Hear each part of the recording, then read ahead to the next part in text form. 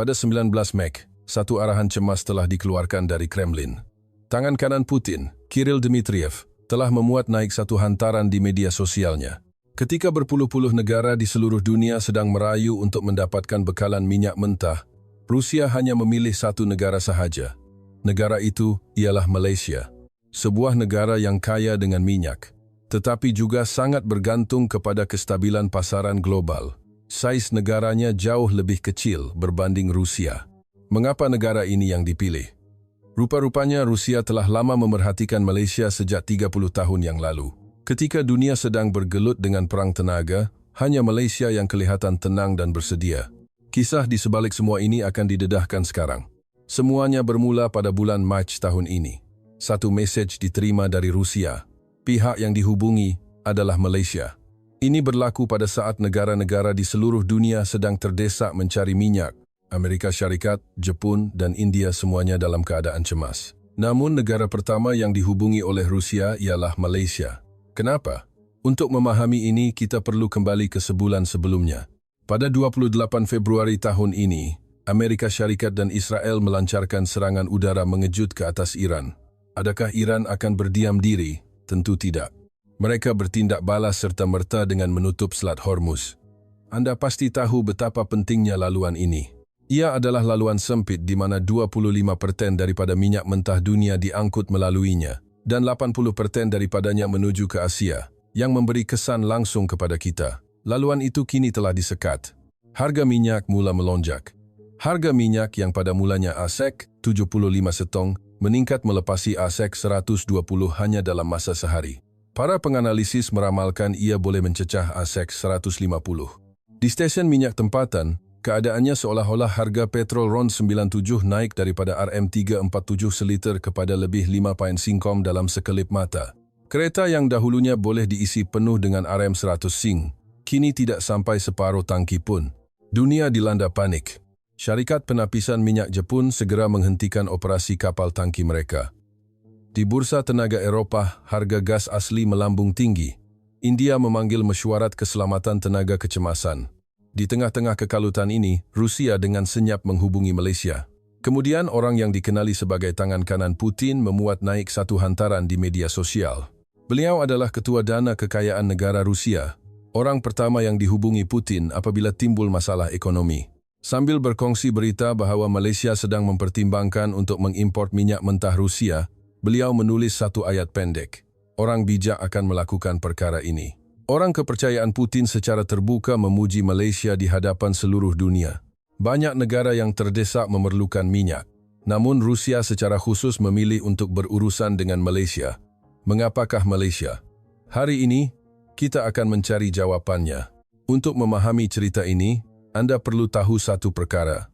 Sebahagian besar minyak yang digunakan oleh Malaysia datang dari Timur Tengah. Walaupun kita adalah pengeluar minyak, kita masih mengimport untuk memenuhi permintaan domestik dan industri. Bayangkan, daripada 10 jenis lauk di atas meja makan Anda, 7 daripadanya datang dari satu kedai yang sama. Tiba-tiba, pemilik kedai itu menutup pintu. Apa yang tinggal di atas meja kita? Kita terpaksa bertahan dengan hanya 3 jenis lauk. Bagaimana pula dengan negara lain? Jepun berada dalam keadaan yang lebih teruk. Kebergantungan mereka kepada minyak Timur Tengah hampir 96%. Ini bermakna 9,5 daripada 10 lauk mereka datang dari kedai yang sama. Apabila berita sekatan itu tersebar, Jepun segera mengisytiharkan darurat. Dengan kebergantungan 96%, bekalan mereka seolah-olah terputus sepenuhnya. Bukan sahaja minyak mentah yang datang dari Timur Tengah, gas asli cecair, LNG juga datang dari Qatar. LNG ialah gas asli yang disejukkan kepada 162 grace untuk menjadikannya cecair. Ia digunakan untuk pemanasan, penjanaan kuasa, dan operasi kilang. Kira-kira 20% daripada import LNG Malaysia adalah dari Qatar. Pada awal Mac tahun ini, Qatar mengisytiharkan force majeure. Ringkasnya, mereka berkata, "Kami mahu hantar, tetapi tidak boleh. Ini bukan salah kami." Pengekspor LNG terbesar dunia telah mengangkat bendera putih. Tuan-tuan dan puan-puan, apabila tiada minyak, bukan sahaja kereta yang berhenti. Kilang-kilang akan berhenti, lori kargo akan berhenti, pemanas di rumah hijau dimatikan, pesawat tidak boleh terbang. Kehabisan tenaga bermakna seluruh negara akan lumpuh. Eropah telah pun mengalaminya. Sebelum perang Rusia-Ukraine, tahukah anda berapa banyak tenaga yang Eropah import dari Rusia? Separuh daripada arang batu, 40% gas asli, dan 30% petroleum. Enjin yang memacu ekonomi Eropah kilang kereta Jerman, industri pembuatan Perancis, pemanasan rumah di UK sebenarnya adalah tenaga murah dari Rusia. Apabila perang meletus pada tahun 2022, bekalan itu terputus. Apakah akibatnya? Pertumbuhan ekonomi Jerman menjunam ke paras negatif. Di UK, kos pemanasan untuk seorang individu bujang selama sebulan pada musim sejuk melonjak sehingga £400, kira-kira RM2.400 sebulan. Di Malaysia, bil elektrik dan gas untuk sebuah keluarga 4 orang mungkin sekitar RM400, tetapi di UK, seorang sahaja terpaksa membayar RM2.400. Itulah realiti negara yang kehabisan tenaga. Dalam keadaan ini, pada pertengahan Mac, Agensi Tenaga Antarabangsa, IEA, mengadakan mesyuarat tergempar dengan 32 negara. Mereka bersetuju untuk melepaskan rizab minyak strategik pada skala terbesar dalam sejarah. Rizab strategik ini bolehlah dianggap sebagai gudang minyak yang disimpan oleh negara untuk waktu kecemasan. Sejumlah 400 juta tong dipersetujui untuk dilepaskan. Malaysia juga bersetuju untuk menyumbang kira-kira 22 juta tong. Tetapi, melepaskan rizab strategik hanyalah rawatan kecemasan. Ia seperti memberi transfusi darah kepada pesakit yang kehilangan banyak darah. Transfusi darah hanya membeli masa. Rawatan sebenar adalah dengan menghentikan pendarahan. Jadi, penyelesaian sebenar adalah mencari sumber bekalan minyak mentah yang baharu. Pada ketika itu, terdapat minyak yang terapung di lautan. Kira-kira 120 juta tong minyak mentah Rusia. Minyak ini tidak dapat dijual kerana sekatan dan hanya terapung di lautan, di dalam kapal-kapal tangki. Jumlah ini cukup untuk menampung keperluan Malaysia selama lebih 5 bulan. Amerika Syarikat mula bertindak. Pada pertengahan Mac, Jabatan Perbendaharaan AS menarik balik sekatan ke atas minyak mentah Rusia selama 30 hari sahaja. Dalam tempoh 30 hari itu, dunia berebut-rebut. India adalah yang pertama mendapatkan kira-kira 30 juta tong. Indonesia dan Filipina juga turut serta. Semua orang bergegas untuk mendapatkan minyak bagi negara masing-masing. Namun di tengah-tengah kekalutan ini, Rusia dengan tenang menghubungi Malaysia. Kementerian Pelaburan, Perdagangan dan Industri, MITI, Malaysia dan 4 syarikat penapisan utama mengadakan mesyuarat tergempar untuk membincangkan pengimportan minyak mentah Rusia. Dan pada hari itulah, ayat orang bijak akan melakukan perkara ini diucapkan. Di sini, kita perlu berfikir sejenak. Malaysia bukan satu-satunya negara yang terdesak memerlukan minyak. Jepun lebih terdesak, dan Eropah sudah pun lumpuh. Tetapi Rusia secara khusus memilih Malaysia. Ini bukan sekadar kerana Malaysia memerlukan minyak. Alasannya jauh lebih mendalam. Dan untuk mengetahui sebabnya, kita perlu melihat bagaimana Malaysia menghadapi krisis ini. Ketika seluruh dunia berebut-rebut untuk mendapatkan setitik minyak tambahan, Malaysia kelihatan sedikit berbeza. Biar saya tunjukkan apa yang berbeza. Seminggu selepas Selat Hormuz disekat, mari kita lihat reaksi kerajaan di seluruh dunia. Kementerian Ekonomi, Perdagangan, dan Industri Jepun mengadakan taklimat tergempar dan berkata mereka sedang memantau keadaan dengan teliti. Hanya memantau. Eropah, yang telah berhenti menggunakan tenaga Rusia selama 4 tahun, tidak mempunyai banyak pilihan. India pula mula membeli minyak mentah Rusia secara besar-besaran tanpa mengambil kira harga. Bagaimana pula dengan Malaysia? Kerajaan Malaysia mengumumkan satu angka. Rizab strategik petroleum negara adalah untuk 221 hari. Ini bermakna, walaupun semua bekalan minyak ke Malaysia terputus mulai hari ini, Malaysia boleh bertahan selama 221 hari. Itu lebih daripada 7 bulan. Piawaian rizab yang disyorkan oleh IEA untuk negara anggota adalah 90 hari. Malaysia telah menyimpan lebih 2 kali ganda daripada piawaian itu. Ia adalah yang ke-6 terbesar di dunia dari segi tempoh. Ini bukanlah angka yang datang secara tiba-tiba. Kerajaan menyimpan rizab untuk 117 hari, manakala sektor swasta menyimpan untuk 104 hari, menjadikan jumlahnya 221 hari. Ini adalah hasil usaha kerajaan dan syarikat swasta selama berpuluh-puluh tahun mengisi tong demi tong. Bagi mereka yang masih ingat krisis minyak pada tahun 1970-an, ketika seluruh negara bergelap kerana kekurangan minyak, negara kita telah bertekad untuk tidak akan membiarkan perkara itu berulang lagi. Inilah hasilnya. Oleh itu, tindak balas kerajaan Malaysia sangat berbeza. Ketika negara lain panik, Malaysia bertindak secara berperingkat dan teratur. Sebaik sahaja AS melonggarkan sekatan ke atas minyak mentah Rusia, kerajaan Malaysia segera memulakan perbincangan. Keesokan harinya, mekanisme harga siling minyak diperkenalkan untuk mengawal kenaikan harga mendadak. Beberapa hari kemudian, MITI menaikkan tahap amaran krisis sumber negara. Pada masa yang sama, persiapan untuk melepaskan kira-kira 22 juta tong rizab strategik telah dimulakan. Dan akhirnya, MITI dan 4 syarikat penapisan utama duduk semeja untuk membincangkan pengimportan minyak mentah Rusia. Dalam masa 2 hingga 3 minggu selepas sekatan bermula, Malaysia telah menyediakan segalanya, dari pengurusan krisis hingga mendapatkan alternatif. Ini bukan kebetulan. Mereka bertindak mengikut manual yang telah disediakan. Biar saya berikan satu analogi. Katakanlah ribut taufan akan melanda. Sesetengah rumah hanya mula menampal pita pada tingkap mereka selepas mendengar berita tentang taufan. Rumah yang lain pula telah memasang tingkap berganda sebulan yang lalu, menyimpan makanan kecemasan dan juga menggantikan bateri lampu suluh. Malaysia adalah rumah yang kedua, dan Rusia sedang memerhatikan semua ini. Sebuah negara yang tidak panik, sebuah negara yang tidak goyah, sebuah negara yang tidak menerima sebarang syarat sewenang-wenangnya hanya kerana terdesak. Cuba fikir dari sudut pandangan Rusia. Jika Anda ingin menjual minyak, pembeli Anda mestilah stabil. Anda tidak boleh menjual kepada negara yang hari ini berkata mahu beli, tetapi esok berkata tidak boleh. Mereka memerlukan rakan kongsi yang boleh berurus niaga secara konsisten untuk jangka masa panjang. Sebuah negara yang mempunyai rizab untuk 221 hari, di mana kerajaannya bertindak secara sistematik, dan 4 syarikat penapisan utamanya boleh duduk semeja pada masa yang sama. Dari pandangan Rusia, rakan kongsi yang paling boleh dipercayai ialah Malaysia. Tetapi, bukan itu sahaja sebabnya Rusia memilih Malaysia. Sebenarnya, Rusia mempunyai gambaran yang lebih besar daripada sekadar menjual minyak. Mari saya ceritakan. Ais di Kutub Utara sedang mencair. Setiap musim panas, kawasan yang mencair menjadi semakin luas. Dari segi alam sekitar, ini adalah sesuatu yang membimbangkan. Tetapi Rusia melihatnya dari sudut yang berbeza.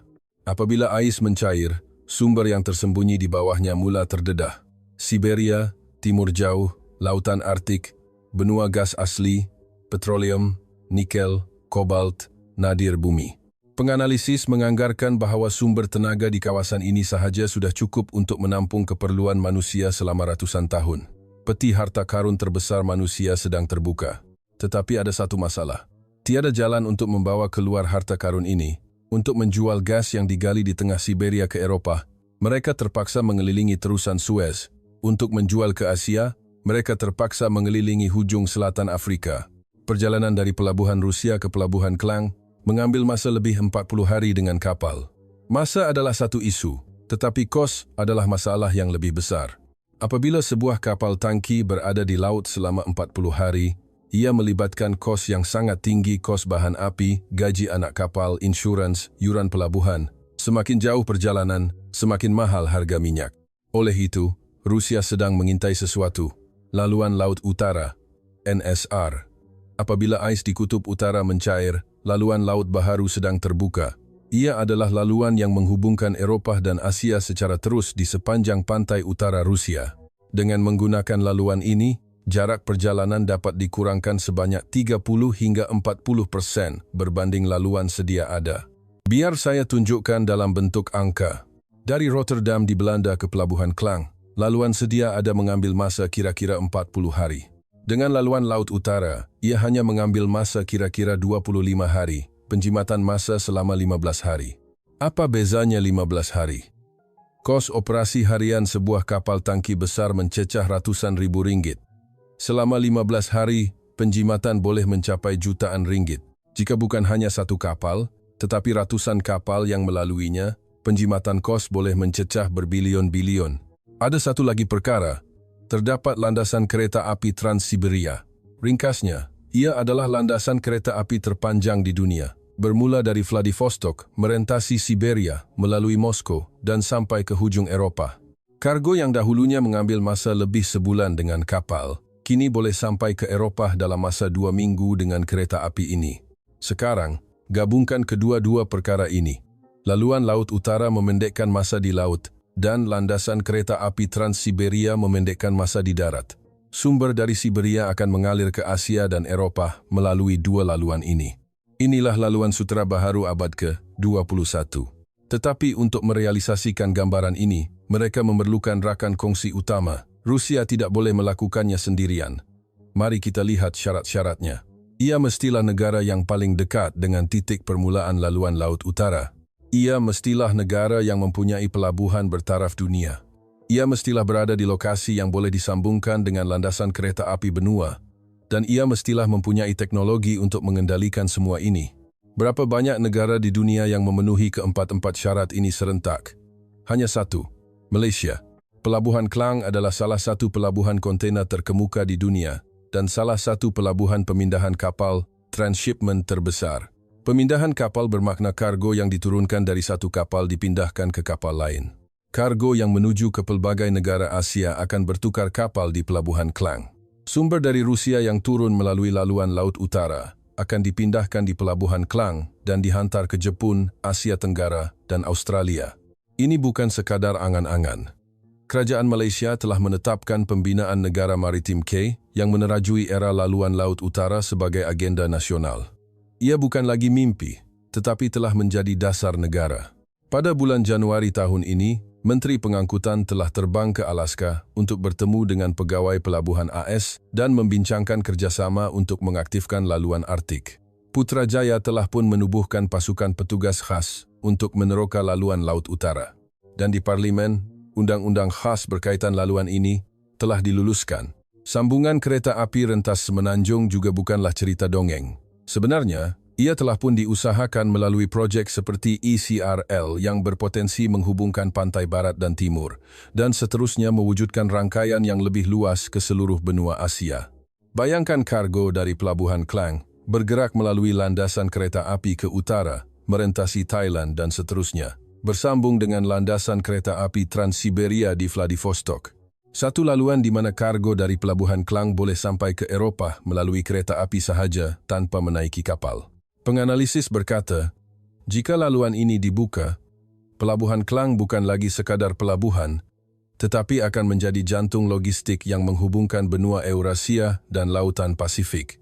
Seorang pegawai kementerian berkata, apabila era pengkomersialan laluan Laut Utara tiba, ia akan menjadi titik perubahan bagi pelabuhan Klang untuk melonjak sebagai bandar hub logistik bersepadu bertaraf dunia. Sekarang anda mula faham mengapa Rusia begitu berminat dengan Malaysia, bukan? Ini bukan tentang menjual setong minyak. Ini tentang memilih Malaysia sebagai rakan kongsi dalam revolusi logistik abad ke-21. Tetapi, ada satu lagi sebab penting mengapa Rusia memilih Malaysia sebagai rakan kongsi. Ada sesuatu yang hanya boleh dilakukan oleh Malaysia. Kita baru sahaja bercakap tentang laluan Laut Utara. Laluan Laut Baharu terbuka apabila ais mencair. Walau bagaimanapun, walaupun ais mencair, lautan tidak menjadi bersih sepenuhnya. Masih terdapat bongkah ais setebal lebih 2 meter yang terapung di lautan Arktik. Apa yang akan berlaku jika kapal tangki biasa masuk? Lambung kapal akan terkoyak. Badan kapal akan retak. Ia tidak boleh masuk. Oleh itu, kapal khas diperlukan. Kapal yang boleh memecahkan ais dengan melanggarnya secara langsung. Kapal yang membawa muatan penuh gas asli yang disejukkan pada suhu 162 derajat Celcius. Kapal yang boleh menahan angin Arktik bersuhu 50 derajat Celcius tanpa gas bocor dan badannya tidak rosak walaupun berlanggar dengan ais. Kapal ini dipanggil kapal pengangkut LNG pemecah ais. Ringkasnya, ia adalah kapal yang memecahkan ais dengan tangki gas kriogenik di dalamnya. Ia perlu melakukan dua perkara serentak, memecahkan ais di luar dan mengekalkan suhu 162 derajat di dalam. Ini sangat sukar kerana untuk memecahkan ais, badan kapal mestilah sangat kuat. Ketebalan plat kelulinya adalah kira-kira 2 kali ganda daripada kapal biasa. Jika ketebalan plat keluli kapal biasa adalah selebar 1 ruas jari, kapal ini menggunakan plat setebal 2 ruas jari. Teknologi untuk membengkokkan, mengimpal, dan menyambung plat tebal itu tanpa sebarang celah adalah sangat rumit. Di dalam badan kapal, terdapat tangki LNG. Tangki ini diperbuat daripada bahan khas yang tidak akan pecah walaupun pada suhu 182 derajat Celcius.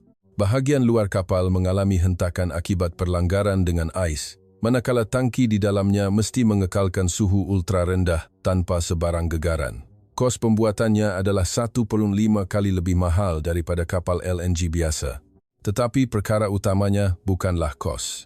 Perkara utamanya ialah tiada siapa yang boleh membinanya walaupun anda mempunyai wang. Jadi, berapa banyak limbungan kapal di dunia yang boleh membina kapal ini? Sebenarnya, hanya Malaysia. Terdapat sebuah syarikat pembinaan kapal bernama Malaysia Marine and Heavy Engineering, MMHE. Pada tahun 2014, Rusia memulakan projek besar-besaran untuk mengekstrak gas asli dari hujung utara Siberia. Mereka perlu menghantar LNG yang diekstrak dari tengah-tengah Arktik ke seluruh dunia, tetapi kapal biasa tidak boleh melakukannya. Rusia mencari di seluruh dunia. Mereka bertanya kepada limbungan kapal Eropah. Mereka berkata tidak boleh. Mereka bertanya kepada China. Mereka tidak mempunyai teknologi. Jepun juga sama. Akhirnya, mereka mengetuk pintu MMHE. Pada tahun 2014, 15 buah kapal ditempah. Pada tahun 2020, 6 buah lagi ditempah. Sejumlah 21 buah. Yang pertama di dunia, yang terbanyak di dunia. Kapal-kapal inilah yang kini berulang-alik di lautan Arktik, mengangkut LNG Rusia ke seluruh dunia. Bukan sahaja MMHE. Syarikat gergasi perkapalan lain di Malaysia juga bekerja sama secara langsung dengan limbungan kapal di timur jauh Rusia dari reka bentuk hingga pembinaan kapal LNG pemecah ais. Reka bentuk, teknik kimpalan, teknologi bahan tangki data ini hanya dimiliki oleh Malaysia. Tetapi ada satu cerita menarik di sini. Rusia tidak hanya duduk diam dan bergantung kepada Malaysia.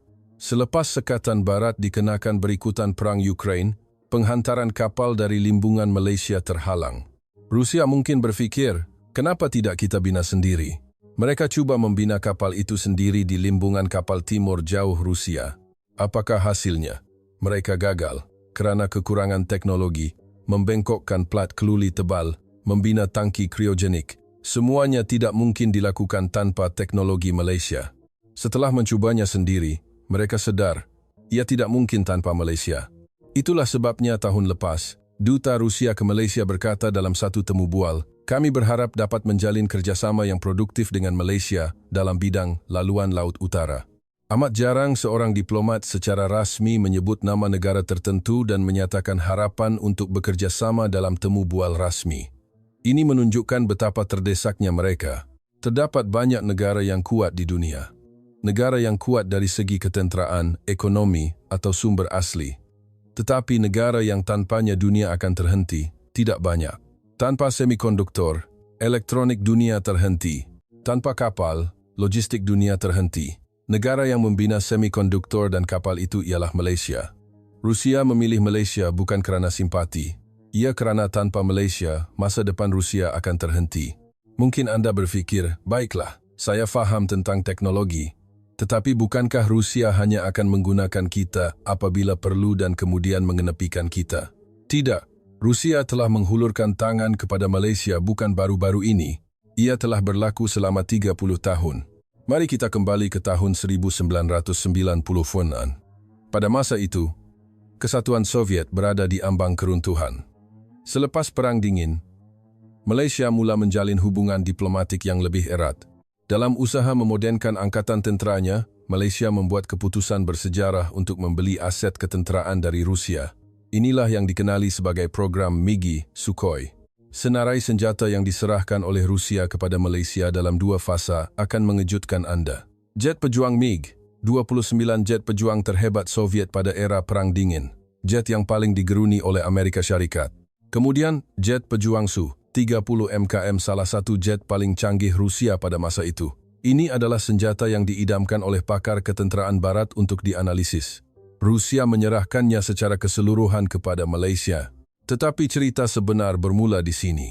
Adakah Malaysia hanya menerima jet ini dan meletakkannya di pangkalan tentera? Tidak. Sebahagian daripadanya telah dibongkar sepenuhnya. Setiap skru dibuka. Struktur enjin, bahan komposit, sistem avionik rahsia teknologi ketenteraan yang dikumpul oleh Soviet selama berpuluh-puluh tahun telah dikaji secara terperinci oleh jurutera Malaysia. Dan tahukah anda di mana teknologi yang diperoleh itu digunakan?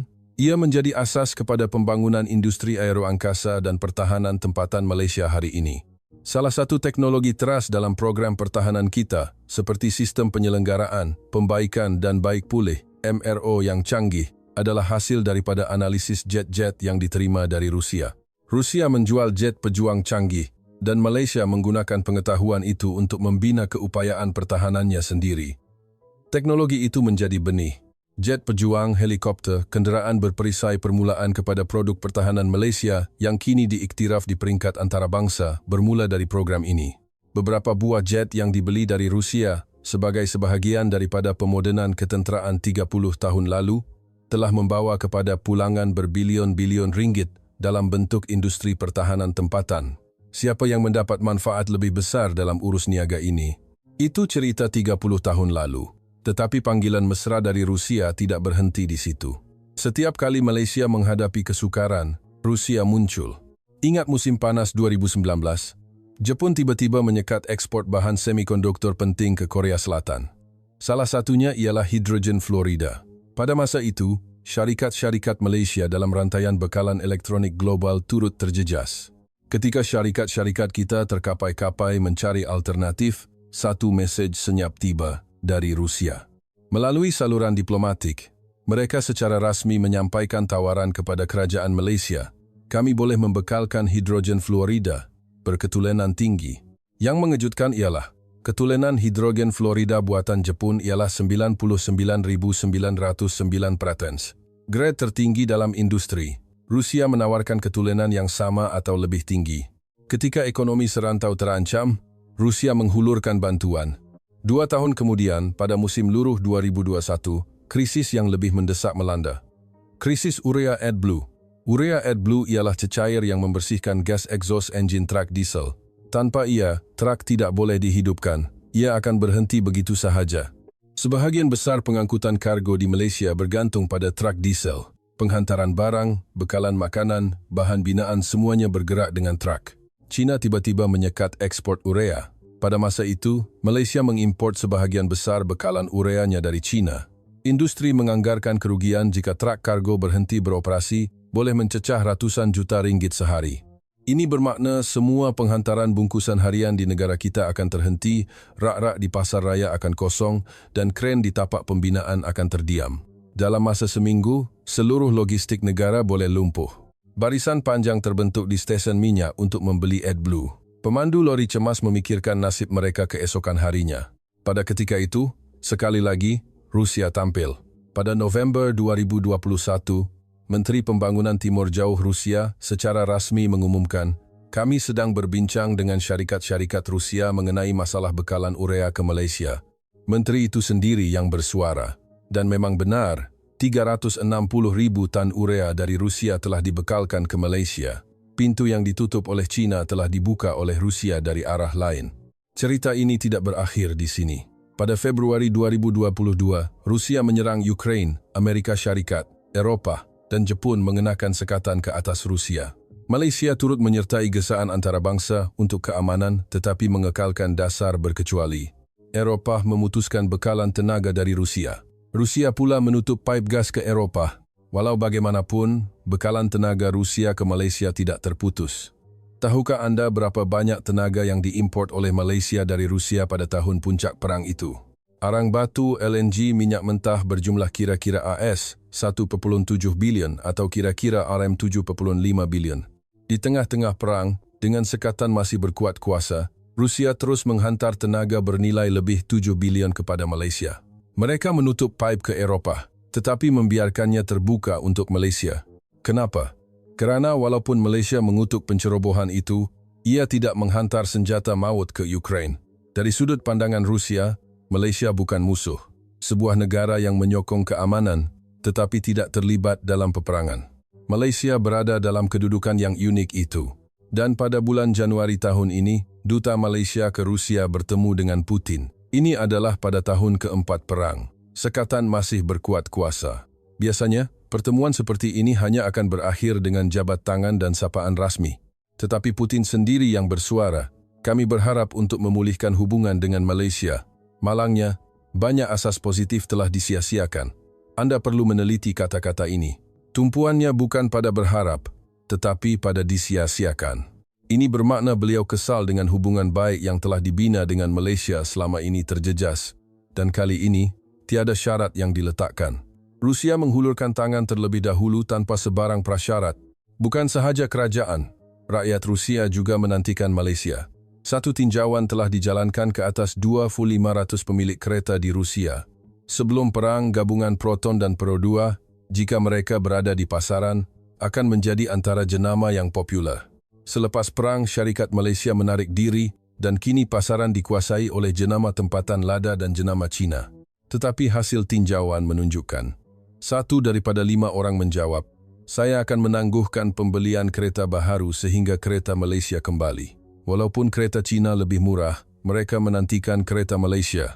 Ketua pengarang sebuah majalah automotif Rusia meramalkan, apabila sekatan ditarik balik, Proton dan Pro 2 akan menjadi yang pertama kembali ke pasaran Rusia dalam tempoh 6 bulan. Sebuah negara di mana kerajaannya mahu memulihkan hubungan, rakyatnya menantikan produknya, dan pakarnya meramalkan ia akan menjadi yang pertama kembali. Mari kita rumuskan. Pada 1990-an, mereka membekalkan senjata canggih sebagai sebahagian daripada kerjasama pertahanan. Pada 2019, apabila rantaian bekalan serantau terganggu, mereka menawarkan bahan mentah. Pada 2021, apabila China menyekat bekalan, mereka membuka pintu untuk urea. Pada 2022, walaupun semasa perang, mereka terus menghantar tenaga. Tahun ini, mereka menghulurkan tangan terlebih dahulu tanpa syarat. Adakah ini semua kebetulan? Tidak, ini adalah strategi. Dan di tengah-tengah strategi itu, selama 30 tahun, adalah Malaysia. Jadi, soalan terakhir yang perlu kita tanya ialah, apakah peluang yang dibawa oleh hubungan ini untuk kita pada masa hadapan? Kita perlu bercakap sedikit tentang perang Rusia-Ukraine. Kerana peluang untuk Malaysia bergantung pada bagaimana perang ini berakhir. Sekarang, Putin berkata mereka sedang menang. Zelensky berkata mereka sedang menang. Kemungkinan besar kedua-duanya silap. Mari kita lihat barisan hadapan. Ia telah buntu selama 3 tahun. Pada kadar kemarahan Rusia sekarang, berapa lama masa yang diperlukan untuk menawan seluruh Ukraine? 100 tahun. Itu bukan penaklukan, itu bermakna mustahil. Bolehkah Ukraine menolak mereka kembali? Itu juga tidak mungkin. Lihat data populasi Ukraine. Ketika merdeka, ia mempunyai 52 juta orang. Sekarang, kira-kira 27 juta. Hampir separuh telah hilang. 7 juta telah melarikan diri ke Eropah. Dan lebih 4 juta terperangkap di wilayah yang diduduki Rusia. Tenaga kerja yang boleh berjuang di medan perang adalah kira-kira 12 juta. Generasi muda untuk mempertahankan negara semakin berkurangan. Satu tinjauan pendapat awam di Ukraine menunjukkan, 73% menjawab, mari kita tamatkan perang ini dengan cepat, walaupun syaratnya tidak memihak kepada kita. 7 daripada 10 orang berkata mereka tidak tahan lagi. Amerika Syarikat juga tahu. Setiausaha Pertahanan AS telah menetapkan 3 perkara. Pertama, Ukraine tidak akan menyertai NATO. Kedua, pemulihan wilayah sebelum perang secara realistiknya mustahil. Ketiga, tiada penghantaran tentera pengaman AS. Kesimpulannya jelas. Ramai penganalisis berkata, perang ini sukar untuk berakhir dengan kemenangan. Kemungkinan besar ia akan berakhir dengan gencatan senjata, bukan penamatan perang. Sama seperti yang kita tahu, seperti Perang Korea pada tahun 1953, di mana tiada pihak yang menang atau kalah. Mereka hanya melukis garisan dan berhenti.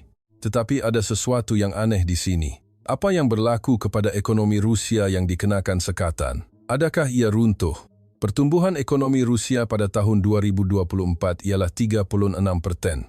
Bagaimana pula dengan pihak yang mengenakan sekatan? Jerman, 0%, Perancis, kira-kira 1%, UK, kira-kira 1%. Negara yang dikenakan sekatan berkembang 3,6%, manakala negara yang mengenakan sekatan berkembang 0,1%. Adakah ini masuk akal? Pihak yang menghukum jatuh, manakala pihak yang dihukum kelihatan baik-baik sahaja. Bagaimana ini mungkin? Rusia beralih kepada ekonomi perang, dengan kilang-kilang senjata, beroperasi 24 jam. Terdapat banyak peluang pekerjaan. Sudah tentu, ada harganya. Perbelanjaan pertahanan melebihi 1/3 daripada keseluruhan bajet. Kadar faedah asas 17%, kadar inflasi lebih 10%. Ini bukan pertumbuhan yang sihat. Apabila perang berakhir, gelembung ini akan pecah, menyebabkan kejutan besar kepada ekonomi Rusia. Sebaliknya, Eropah kehilangan tenaga murah dari Rusia. Mereka terpaksa membeli LNG dari AS dengan harga yang mahal untuk menjalankan kilang mereka. Daya saing industri pembuatan Eropah runtuh. Inilah sebabnya mengapa Jerman hanya mampu berkembang 0,1%. Mengapa angka-angka ini penting? Kerana apabila perang berakhir, kedua-dua pihak memerlukan pembinaan semula. Pembinaan semula Ukraine adalah penting, tetapi pasaran yang lebih besar sebenarnya adalah Rusia. Wilayah timur Ukraine yang diduduki oleh Rusia adalah kawasan perindustrian terbesar Ukraine. Kilang keluli, kilang kimia, lombong semuanya musnah akibat perang. Rusia perlu membina semula semua ini. Selain itu, tanah besar Rusia juga perlu pulih daripada kesan ekonomi perang. Tetapi siapa yang akan melakukan pembinaan semula ini? Eropah masih belum bersedia untuk menarik balik sekatan. Amerika Syarikat adalah negara yang tidak boleh membina kapal. Penguasaan pasaran pembinaan kapalnya adalah 0,1%. Bagaimana pula dengan China? Rusia takut bergantung kepada China. Sepanjang perang, produk China telah membanjiri pasaran Rusia. Kereta, peralatan rumah, telefon pintar, semuanya telah digantikan dengan jenama China. Dari sudut pandangan Rusia, ini bukan kerjasama, tetapi penguasaan. Semakin Rusia bergantung kepada China, semakin ia menjadi ekonomi bawahan China. Putin tidak mungkin tidak menyadarinya. Oleh itu, Rusia memerlukan sebuah negara. Sebuah negara yang mempunyai teknologi, boleh dipercayai, tidak pernah bermusuh dari segi sejarah, mempunyai sentimen rakyat yang baik, dan tidak menjadi ancaman ketenteraan. Seorang penganalisis politik antarabangsa berkata, satu-satunya negara yang Rusia boleh bekerja sama tanpa kehilangan maruahnya ialah Malaysia. Maruah. Itulah kuncinya. Rusia adalah negara yang sangat mementingkan maruah. Sebuah negara yang lebih rela berperang daripada tunduk kepada Amerika. Sebuah negara yang lebih rela bertahan daripada menjadi bawahan China. Tetapi dengan Malaysia, ia berbeza. Malaysia tidak mengancam Rusia. Malaysia tidak memberitahu mereka apa yang perlu dilakukan. Sebaliknya, Malaysia mempunyai teknologi yang sangat diperlukan oleh Rusia. Ia boleh membina kapal, membekalkan semikonduktor, dan menjual kereta serta peralatan elektronik. Sebuah negara di mana Rusia boleh berurus niaga sambil menjaga maruahnya. Itulah Malaysia. Dalam sejarah kita, terdapat diplomasi yang serupa. Pada zaman Kesultanan Melaka, kerajaan kita menjalin hubungan diplomatik yang bijak dengan kuasa-kuasa besar seperti China dan Siam. Daripada berperang, kita menggunakan diplomasi untuk memastikan kedaulatan dan kemakmuran. Kita tidak menggunakan pedang, tetapi kebijaksanaan di meja rundingan. Hasilnya, kita bukan sahaja bertahan, tetapi berkembang maju sebagai sebuah empayar perdagangan. Kita menjaga maruah rakan kongsi kita sambil memastikan kepentingan kita terpelihara. Kedudukan Malaysia sekarang adalah sama. Penganalisis mengambil Turki sebagai contoh. Turki adalah anggota NATO, sekutu ASS. Tetapi pada masa yang sama, ia menjalin kerjasama ekonomi dengan Rusia. Ia mengimport gas asli Rusia, menerima pelancong Rusia, dan berdagang bijirin. Ia bukan memihak kepada AS atau Rusia, tetapi memihak kepada kepentingannya sendiri. Malaysia juga boleh menempuh jalan itu. Perikatan strategi kita dengan rakan-rakan di timur dan barat adalah asas keselamatan kita. Itu tidak akan goyah. Di atas asas itu, kita menjalin kerjasama ekonomi dengan Rusia. Keselamatan dengan rakan kongsi strategik, sumber dengan Rusia. Mari kita bayangkan apa yang akan berlaku apabila perang berakhir dan gencatan senjata dicapai. Pasaran pembinaan semula Rusia akan terbuka. Sebelum perang, telepon pintar Samsung dan jenama elektronik lain sangat populer di Rusia. Kereta Proton dan Pro 2 mempunyai potensi besar. Mi segera mame dan snack tempatan digemari ramai.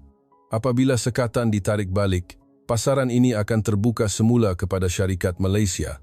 Selain itu, perkongsian logistik laluan Laut Utara, pembangunan bersama sumber Siberia, tempahan tambahan untuk kapal pemecah ais, dan sambungan landasan kereta api semenanjung dengan landasan kereta api Trans-Siberia.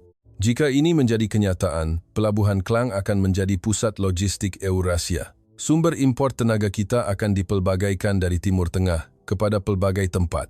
limbungan kapal Malaysia akan menerima tempahan baharu bernilai berbilion-bilion ringgit. Seorang penganalisis berkata, era kepura-puraan telah berakhir dan era kebiadaban yang jujur telah tiba. Amerika Syarikat menjaga kepentingannya sendiri. China menjaga kepentingannya sendiri. Rusia menjaga kepentingannya sendiri. Eropah bercakap tentang keadilan di mulut, tetapi di belakang mereka menjaga bekalan tenaga mereka terlebih dahulu. Jika begitu, kita juga hanya perlu melihat kepada kepentingan Malaysia. Perang Ukraine bukan perang kita. Ini bukan soal baik atau jahat. Ini adalah peluang. Teknologi yang telah kita bina selama 30 tahun, persediaan kita yang tidak goyah semasa krisis, dan hubungan 30 tahun yang membuatkan Rusia tidak mempunyai pilihan selain mempercayai kita. Semua ini, pada saat yang paling sukar di dunia, sedang menarik Rusia ke pihak kita. Pada abad ke-15, diplomat Melaka memperoleh keselamatan dan kemakmuran tanpa peperangan. Pada tahun 2026, Malaysia, dengan teknologi dan kepercayaan, boleh membuka pintu ke Eurasia. Malaysia sudah bersedia. Ringkasnya, cerita hari ini ialah dunia telah mula menyedari kehebatan Malaysia. Apabila berita mengenai industri pembinaan kapal Malaysia muncul di peringkat antarabangsa, Setiausaha Tentera Laut AS telah melawat limbungan kapal di Malaysia dan berkata, "Saya tidak pernah melihat sistem limbungan kapal yang begitu digital." Dalam tempoh 10 tahun kebelakangan ini, AS telah membina 37 kapal komersial. Dalam tempoh yang sama, Malaysia telah membina 2,400 kapal. Kos untuk membina sebuah kapal pemusnah Agis di AS ialah AS 16 bilion, manakala di Malaysia, kosnya hanya sekitar AS 600 juta. Seorang pengguna dalam talian dari luar negara yang melihat angka ini meninggalkan komen. Sejujurnya, Malaysia sekarang benar-benar hebat. Di bawahnya komen lain ditambah. Industri pembinaan kapal AS sebenarnya telah runtuh. Seorang lagi pengguna menulis, tidak pernah terbayang akan tiba masanya AS terpaksa meminta bantuan Malaysia untuk membina kapal. Tidak pernah terfikir Malaysia akan menjadi kilang senjata bagi blok demokrasi. Komen itu mendapat 177 sukaan. Seorang pengguna dari Denmark menulis, saya bimbang Malaysia akan menjadi kawan baik Amerika. Bimbang. Sebenarnya, mereka cemburu. Tetapi, ini bukan kerana kita hebat semata-mata. Ia adalah hasil daripada waktu-waktu sukar yang kita lalui menangis semasa krisis kewangan Asia 1997, jatuh semasa krisis komoditi, berjuang semasa sekatan ekspor, dan berjaga malam semasa krisis urea. Semua itu telah terkumpul dan membentuk kita hari ini. Reserve strategik untuk 221 hari, kapal LNG pemecah ais yang unik di dunia, dan teknologi pembinaan kapal yang dicari oleh AS, semuanya tumbuh dari luka-luka lama. Jika cerita hari ini menyentuh hati Anda, sila langgan, suka, dan tinggalkan komen. Malaysia boleh.